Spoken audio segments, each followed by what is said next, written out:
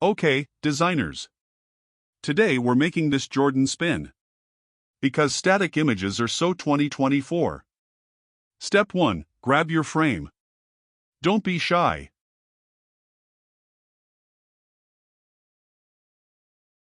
Duplicate that frame. Now, take the shoe and rotate it. We want to see the side profile. Just nudge it into place. A little left. A little right. Perfect. It's not OCD, it's precision. Now we gotta move the furniture. Grab that big text and the price tag and slide them over. We want them to slide out of view smoothly, like me leaving a party where I don't know anyone.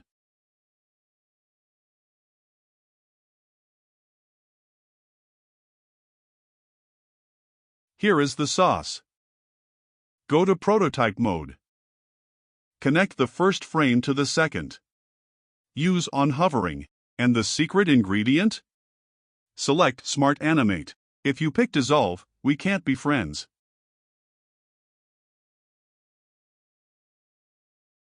Moment of truth. Let's open the preview. Grab the card and drag. Look at that. Butter smooth. You are now a wizard. Like and sub for more magic.